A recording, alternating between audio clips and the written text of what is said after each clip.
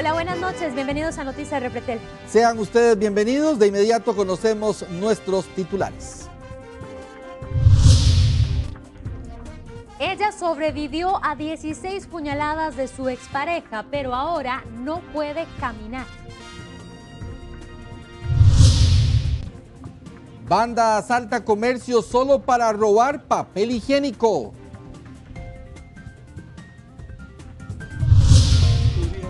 Y la Corte tiene problemas para declarar ilegal la huelga judicial, pues los jueces son parte del movimiento. Reportaje especial. 15 personas perdieron millones por creerle a mujer que se hacía pasar por abogada. Y esta perrita que usted está viendo se recupera tras ser lanzada a un río dentro de una bolsa, luego de sufrir atropello. Caja traerá anticonceptivo para adolescentes que va dentro de la piel y dura 3 años.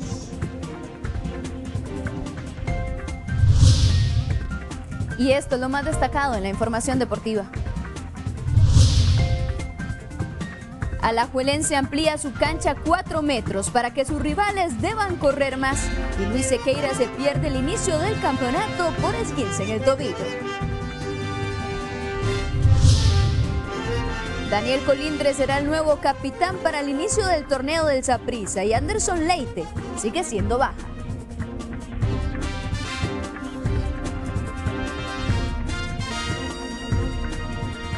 El siguiente es el detalle de las noticias de este día. La policía lleva hacia Quepos el sumergible narco que apareció en Osa, mientras se investiga si el hallazgo de droga en esa zona tiene relación con esa embarcación. El periodista Héctor Guzmán nos informa. Adelante, Héctor, buenas noches.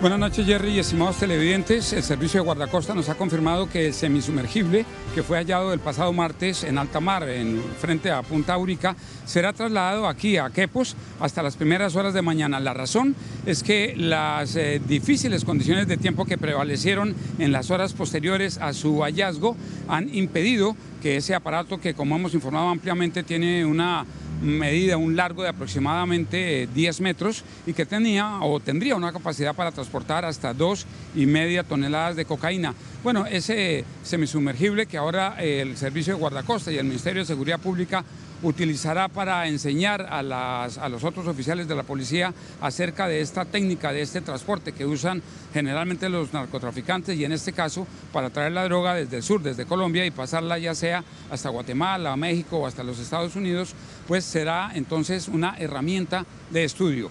Ese aparato, repito, será traído aquí en las primeras horas de mañana martes.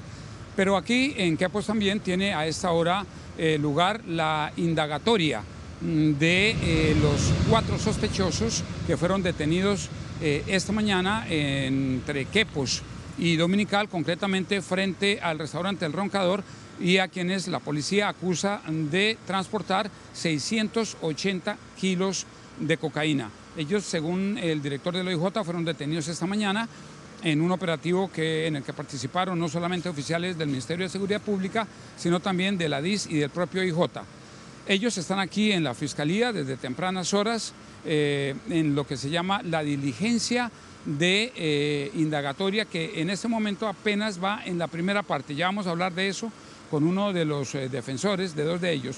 Pero hay que recordar que la droga venía, son 680 kilos que venía en el doble asiento, por llamarlo así, o en la base más bien de una cama, que a su vez venía en un camión.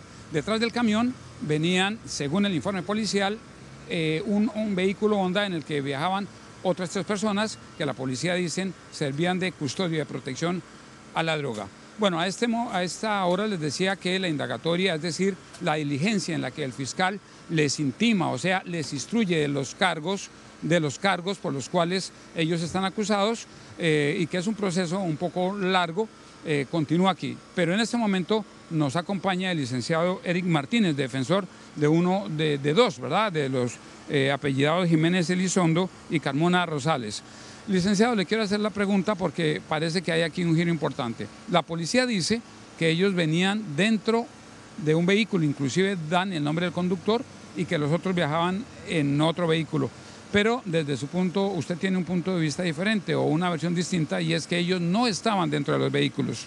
Bueno, sí, buenas noches, Héctor, efectivamente. O sea, hay una versión donde se indica que por lo menos mis representados, en el momento que fueron detenidos por la policía, ellos se encontraban desayunando en este restaurante El Roncadora, y fue ahí donde pues la policía los detiene y se da luego ya la revisión del vehículo con el resultado que ya usted ha mencionado, que es el decomiso de 680 kilos. Y entonces, ¿cómo se dice que uno, Jiménez Elizondo, conducía el camión y los otros 3 venían en el vehículo? Bueno, eso tengo que verlo, Héctor, en el informe policial, porque a esta hora, ya 7 de la noche, todavía la Policía Judicial no ha rendido el informe a la Fiscalía para que proceda con la otra parte, que es la intimación, que es atribuirle a mis representados cuál es el delito que se le está investigando y las pruebas que existen en contra de él con base en ese informe policial. Licenciado, muy agradecido por sus precisiones aquí en Noticias Repretel, y nosotros continuamos informando precisamente sobre esta diligencia de indagatoria. Hay otro aspecto que tiene que ver directamente con este hallazgo. Hay una versión extraoficial, y también es la presunción de la policía, de que esos 680 kilos de cocaína podrían haber venido dentro del semisumergible, que, como decíamos anteriormente, va a ser traído mañana aquí a Quepos. ¿De dónde parte esa presunción?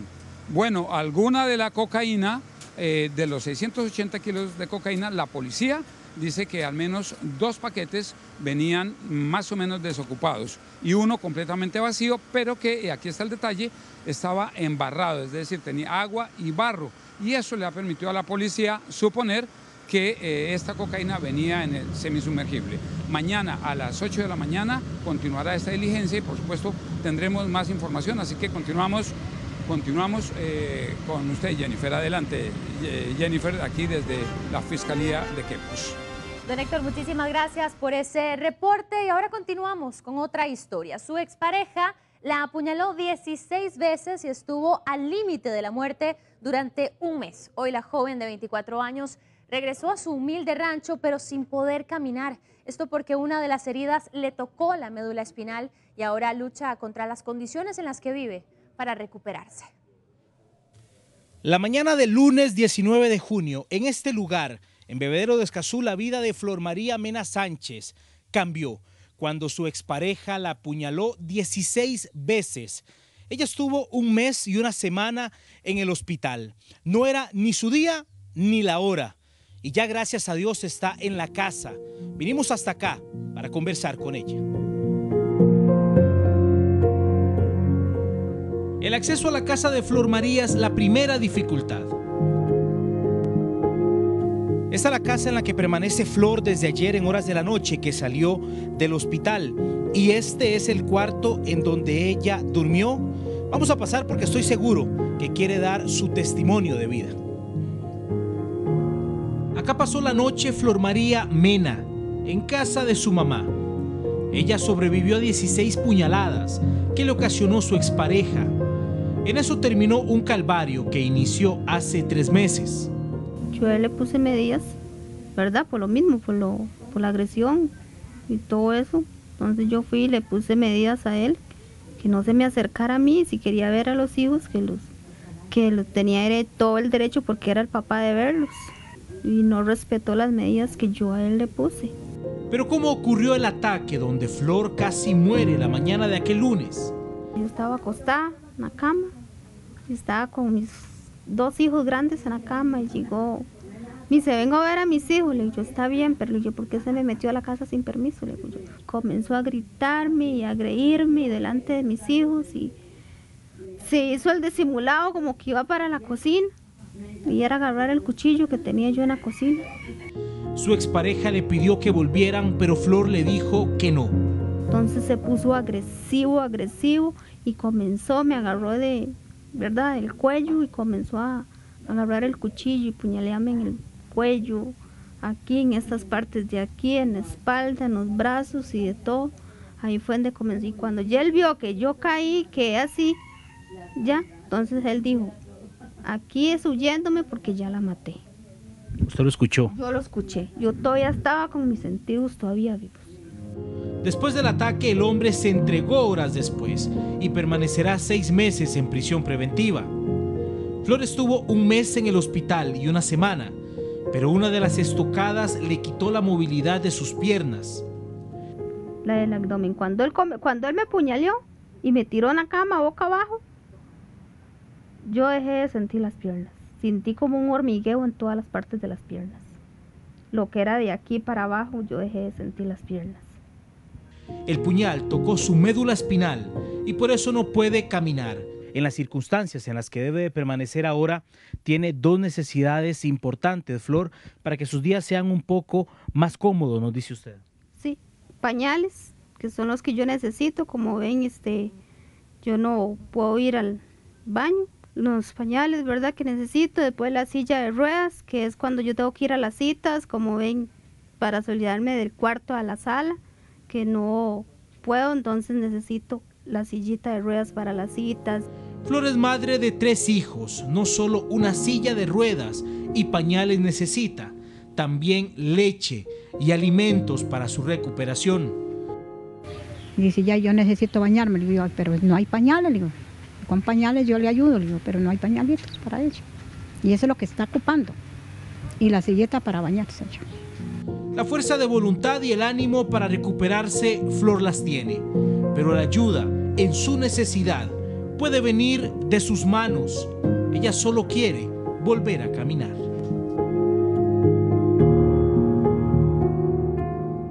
Dos hombres fueron asesinados en una finca de Paso Canoas.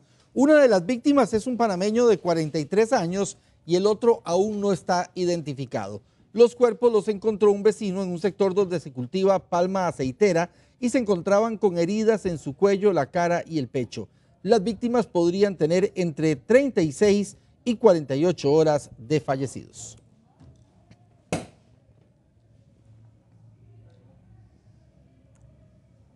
Y la Municipalidad de Heredia va a tratar de colocar reductores de velocidad en los puntos que son considerados como peligrosos en esa provincia para tratar también de evitar los accidentes. Así es, el exceso de velocidad y el irrespeto a señales convierte en zonas de riesgo algunas esquinas en el cantón central de Heredia.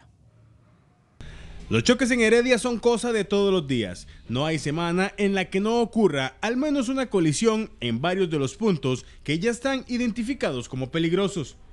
Para evitar que se presenten más colisiones o atropellos, la municipalidad planea colocar reductores de velocidad. Yo le pedí al muchacho a cargo de toda del área nuestra de vialidad que me dé cuáles son los puntos calientes para ir instalando reductores. Eso tiene la ventaja de que la gente tiene que aprender a manejar. ¿Por qué? Porque en ciudad usted no debería de transitar a más de 25 kilómetros por hora. También algunos se molestan, algunos taxistas o autobuseros se molestan porque eso hace que tengan que cambiar de tercera a segunda o segunda a primera, o de cuarta a segunda a tercera, igual los buses, pero es la única manera. Cambiar la cultura de conducción en la provincia de Las Flores es el principal objetivo. En la municipalidad aseguran que la colocación de este tipo de dispositivos incomoda a quienes viajan en vehículo, pero los accidentes son menos. Porque no puede ser que se tiene un alto marcado horizontal y vertical, usted se lo brinque. O sea, simplemente o anda con el celular o entiende ahí. También ahora con la nueva ley de tránsito, al permitirnos hacer boletas en gente estacionada en zonas amarillas, nos va a ayudar mucho. ¿Por qué? Porque también en muchas ocasiones, ¿qué tenemos? Que en una esquina la gente parquea. Entonces, usted, para poder ver si alguien viene, tiene que sacar mucho la trompa. En los próximos días ya se iniciará con la colocación de los reductores para bajar la cantidad de choques. 3 hombres y una mujer conforman la banda conocida como Los Papel Higiénico y se dedican a robar, además de eso, en supermercados de todo el país. El último robo lo cometieron en Ojancha, Guanacaste, y se llevaron repelentes, tarros de leche y detergentes. Ellos actúan muy ágilmente. En cuestión de segundos, logran su objetivo. Son una banda organizada y los conocen como Los Papel Higiénico. 3 mujeres y un hombre mantienen en alerta a los comerciantes de Guanacaste. En los últimos meses, cometieron varios robos en diferentes supermercados de esa provincia. Ya uno no se siente tranquilo porque la situación se pone preocupante, ya los compañeros, los vecinos y otros pulperos de la zona y pensando que en cualquier momento así empiezan y después ya pueden ser con armas, entonces no es tranquilo. El último caso se dio en el Super Estrada, ubicado en Ojancha. Esta banda se robó repelentes, tarros de leche conocidos como fórmulas y además papel higiénico. En el video se muestra que se robaron las leches, Nido, Nan, Ensure, es lo más caro que tenemos, y los repelentes. Lo demás como champús y desodorantes y todas esas cosas que son de valor se mantienen exhibidos en una vitrina, por eso fue que no se las llevaron. Según los lugareños, estos delincuentes son de la capital y se trasladan por todo el país, cometiendo sus fechorías. Y un hombre contrató sicarios para mandar a matar de 4 disparos a una mujer en Palermo de Cariari. Esto investiga la policía tras el crimen de la joven de 29 años cuando viajaba en una motocicleta junto a una amiga. La acompañante de la fallecida, una joven de 21 años, fue trasladada hasta el hospital también con 4 disparos. Una de las víctimas al menos tendría vínculo con un reconocido distribuidor de drogas de la zona detenido semanas atrás. Desplazamos al sector de Palermo a atender 2 femeninas víctimas de agresión con arma de fuego. En el lugar encontramos una femenina aproximadamente 22 años con múltiples heridas de arma de fuego, la misma sin signos de vida al lugar. Trasladamos una paciente categoría roja a la clínica con varios impactos de bala. El sospechoso de armar una balacera en Alajuelita, robarse la patrulla de la policía y volcarla sigue en fuga. Las autoridades identificaron al hombre como Teletubby y es un reconocido vendedor de drogas.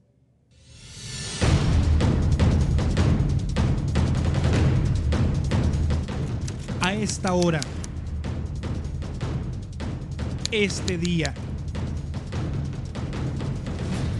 y en este lugar, 2 hombres se disputaban un territorio para vender drogas.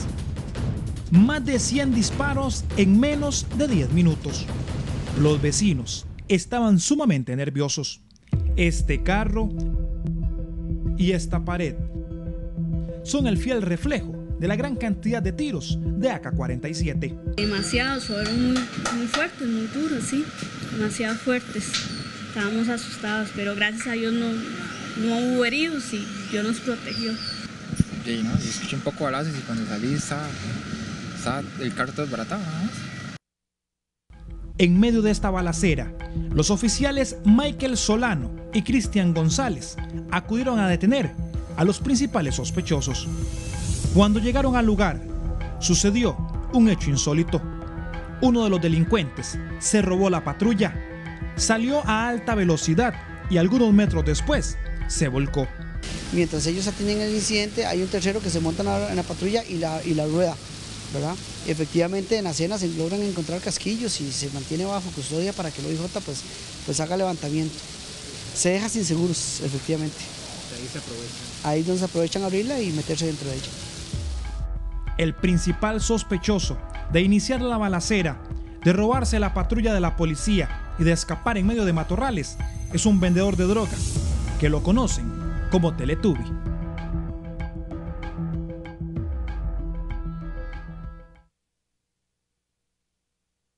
Un incendio que fue provocado acabó con 120 metros cuadrados en una casa en Pavas. Los bomberos encontraron líquido inflamable que al parecer lanzaron dentro de botellas elaboradas para que explotaran con el contacto. Según las autoridades, el atentado ocurrió por una venganza en contra de quienes habitaban ese inmueble. Del lugar, según la policía, funcionaba para la venta de drogas.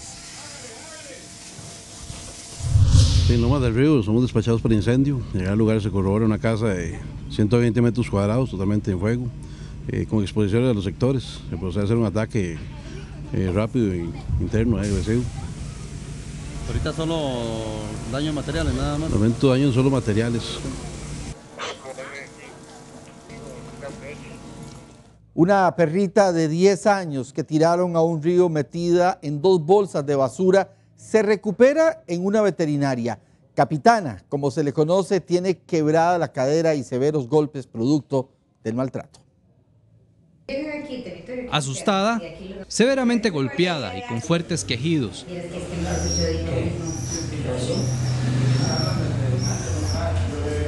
Así se encuentra Capitana, una perrita de 10 años que fue abandonada en 2 bolsas de basura en el sector de Sagrada Familia. Ella fue rescatada por la Fuerza Pública y el Cuerpo de Bomberos, luego de una llamada al 911 donde les dijeron que una perra fue tirada al río. Ella se encuentra bajo el cuidado de 2 veterinarios en Sabanilla, donde ahora está medicada y a la espera de ser intervenida. Al parecer, la capitana, que ya por su edad está en estado geriátrico, fue atropellada y abandonada.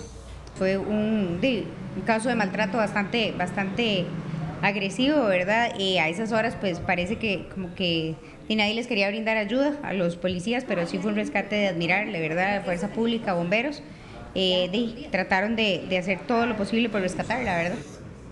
La perrita estará varios días en observación, pues tiene la cadera quebrada y un problema en la columna. Mientras tanto es alimentada de manera asistida, aunque esto es parte de los chineos que le da la doctora. Va a estar ahora pues internada aquí hasta que logre su recuperación, luego pues será trasladada al refugio de nosotros y hasta que se recupere, si es posible encontrarle un adoptante, pues genial, y si no se queda con nosotros. Mientras se recupera, ahora Capitana le sonríe a la vida a pesar del triste y doloroso momento que vivió. 3 taxis, un bus y el tren protagonizaron el más reciente choque sobre la línea férrea. A pesar de lo impactante de esa colisión, no hubo heridos, pero sí hubo un retraso en el servicio del tren hacia Heredia. Impactante, así se puede calificar esta colisión.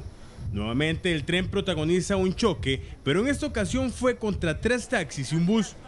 Por suerte, solo hubo daños materiales, ya que ninguno de los conductores de los taxis estaba dentro de los vehículos.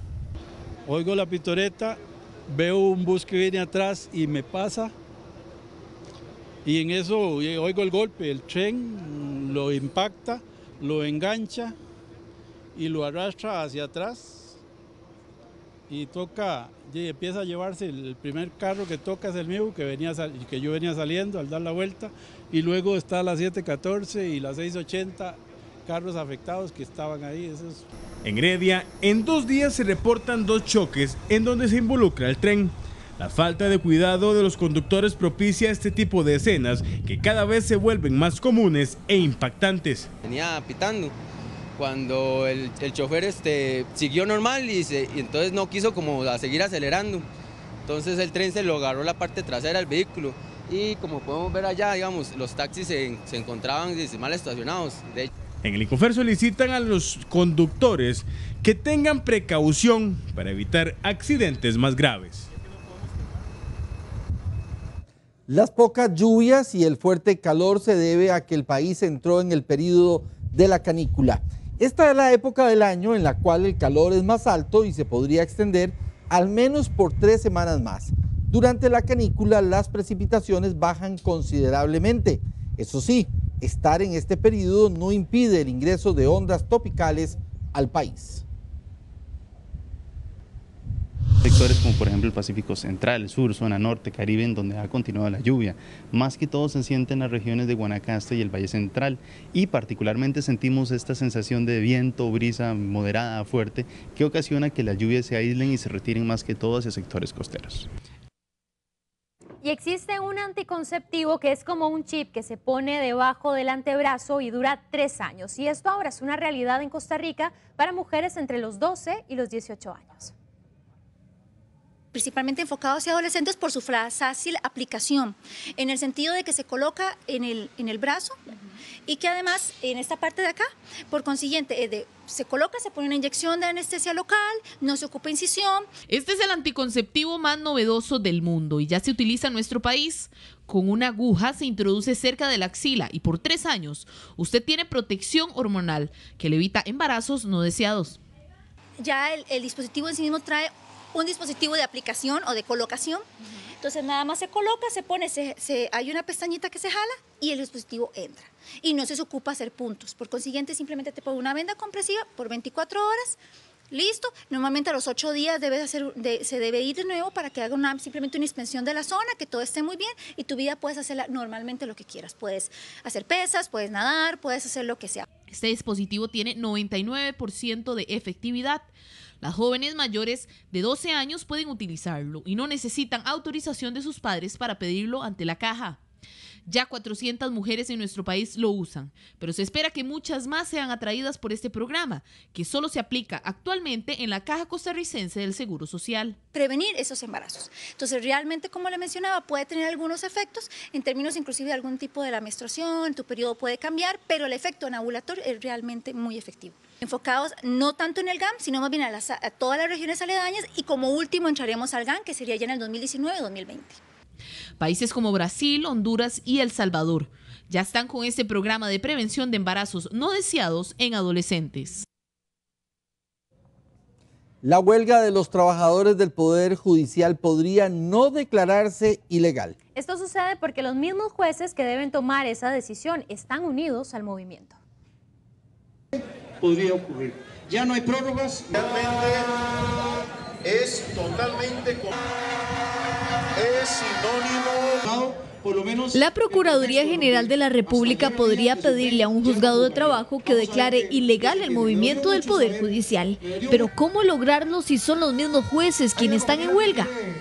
Si en el primer presupuesto que estoy diciendo hay un juez que está holgando, que no esté holgando y que pueda revisar la calificación de la huelga, también ahí podríamos estar ante un conflicto de intereses, como usted lo dice, porque también es trabajador del Poder Judicial, podría contratarse o darse un juez sustituto para estos casos específicos. El juzgado de trabajo realizará una valoración de cuántas personas están en huelga y luego tendría una semana para emitir una sentencia. De declararla ilegal, los trabajadores tienen 24 horas para regresar a sus trabajos. Una vez que se declara ilegal, lo que yo he recibido, las sumas que me han dado y que yo no las he trabajado, me las puede pedir el patrono que las devuelva. Pese a esta solicitud, los trabajadores dicen que no levantarán el movimiento. Nosotros estamos muy convencidos de que esta es una huelga legal porque lo que está es procurando lo que le decía, que se honre un acuerdo legislativo. Tenemos el acta de la Asamblea Legislativa. En el caso mío me siento maltratado porque es una decisión que han tomado arbitrariamente. Ellos son los jerarcas del Poder Judicial que nos tienen que dirigir y ellos tienen que más bien presentarnos. Afortunadamente el movimiento sigue fuerte, sigue en lucha, no va a decaer y que tomen las consecuencias que tengan que tomar. 13 diputados pidieron este jueves a la Comisión de Pensiones retomar el texto de los gremios, pero fue rechazado por 25 legisladores.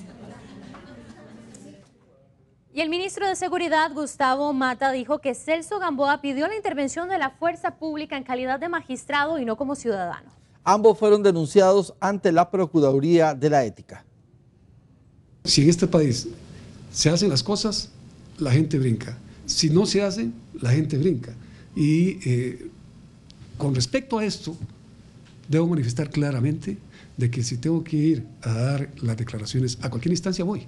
Esta fue la respuesta del ministro de Seguridad, Gustavo Mata, tras ser denunciado ante la Procuraduría de la Ética por acatar una solicitud del magistrado Celso Gamboa para que la fuerza pública interviniera en la morgue.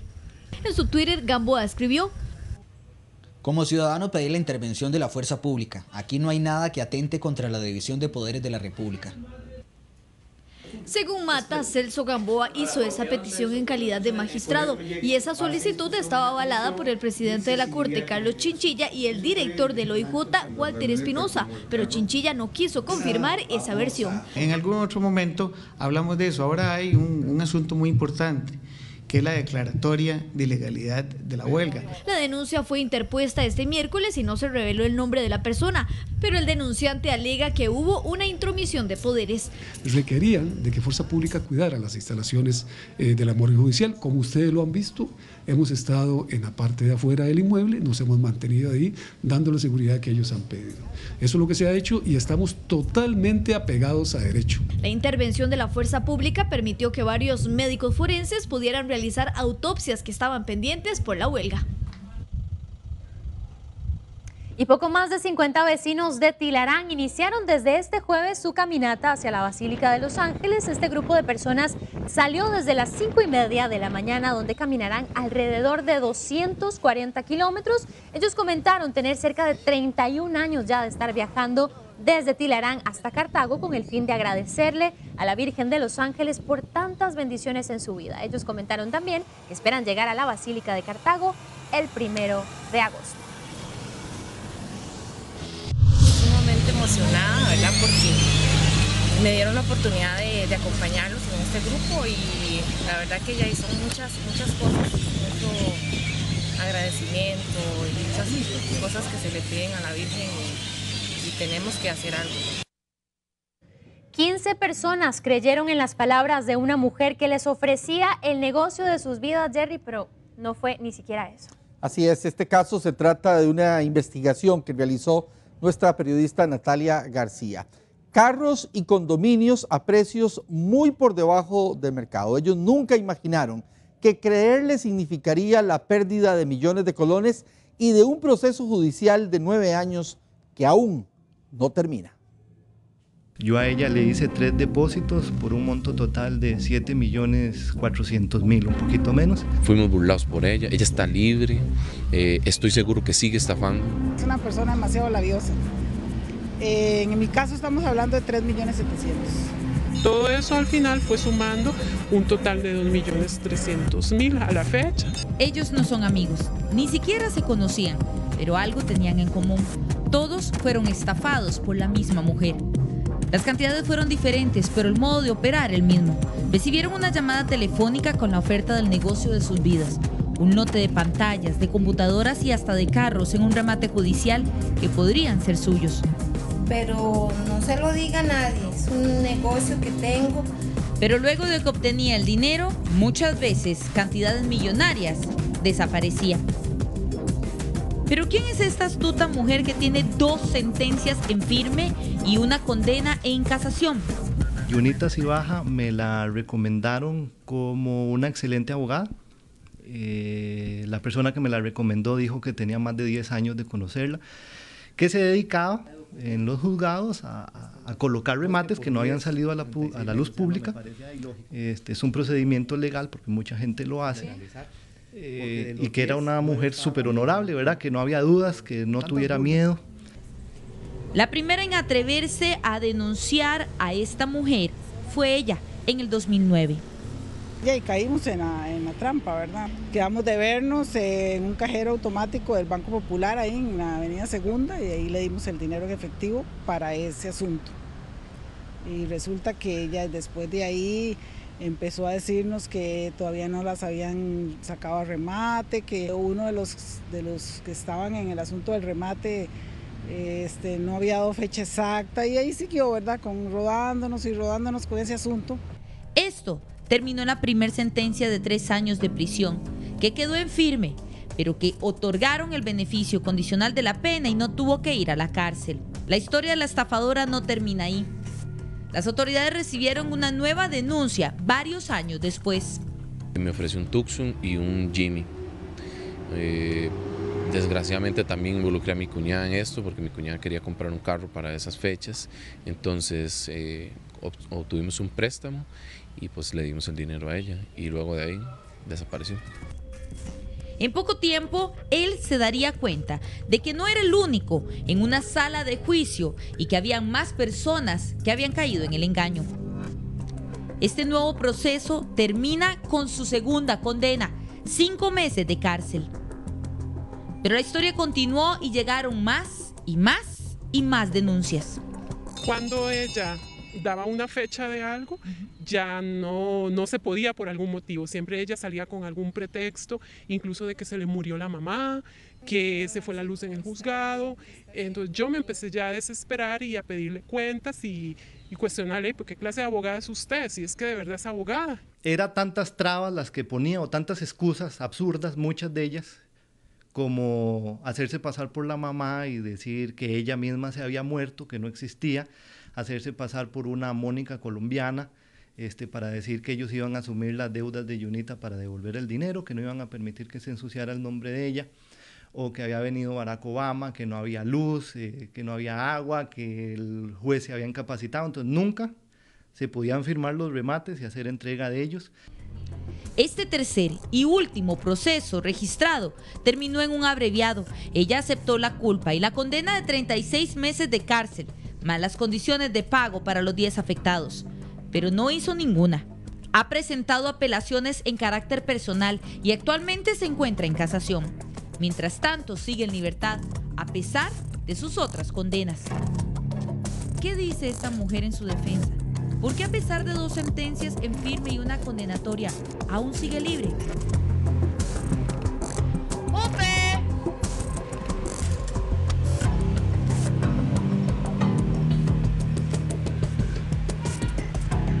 Buenas, doña Jonita.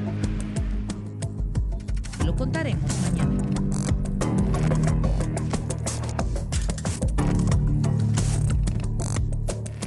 El Ministerio de Trabajo retiró de las calles una campaña que expone a los empleadores como tratantes de personas. Esa institución pagó 23 millones de colones por mensajes que, según el ministro, no estaban autorizados.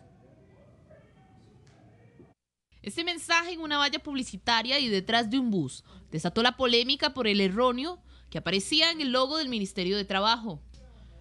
Entonces, Alfredo Hasbun, ministro de Trabajo, afirmó por medio de un comunicado que fue publicado sin autorización de él, situación que lamentó, pero que para UCAEP es más que una disculpa.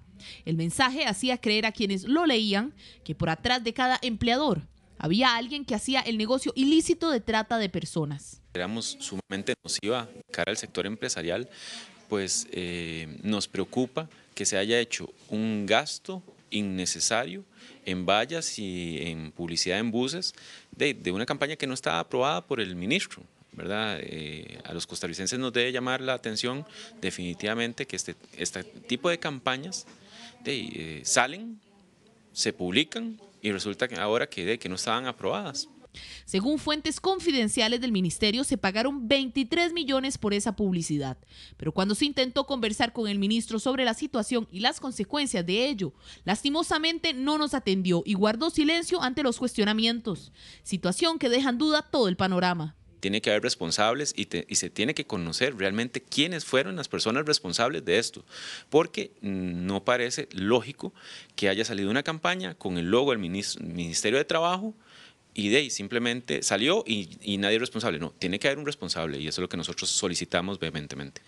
UCAEP espera que cuanto antes el ministerio logre dar con los responsables y que la publicidad salga de las calles. 30.000 citas para pruebas de manejo se perdieron en medio año porque los interesados no se presentaron. Para algunos usuarios, las entidades públicas deberían multar a las personas que tienen esa mala práctica. Al igual que en los hospitales, que miles de asegurados no asisten a las citas médicas, en el MOP está pasando lo mismo, pero con las pruebas de manejo. A pesar de que los interesados en sacar licencia cancelan el monto de 5.000 colones, ya sea para la prueba teórica o la práctica, estos no se presentan a las prácticas. Un reciente informe del MOP mostró que durante el primer semestre del año, 15.762 personas faltaron a la prueba práctica y 14.733 a la teórica.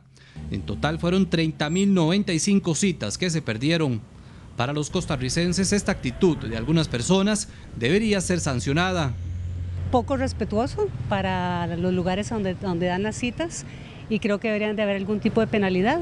Por ejemplo, si uno saca la cita y no va, que le cobren algo, una multa o algo así. Debería de haber responsabilidad, ¿verdad? Porque están poniendo en compromiso recursos del Estado, ¿verdad? Se dice que va a llegar a una oficina a las 2 de la tarde, el funcionario pierde tiempo y el Estado pierde recursos asignados a la atención de esa persona, ¿verdad? Debería de imponérsele una multa para que el Estado recupere lo que está gastando, ¿verdad? De ahí no, es irresponsabilidad porque yo creo que uno tiene que ser responsable a venir a las citas, ¿verdad? La ausencia se nota más cuando al interesado le toca hacer la prueba práctica.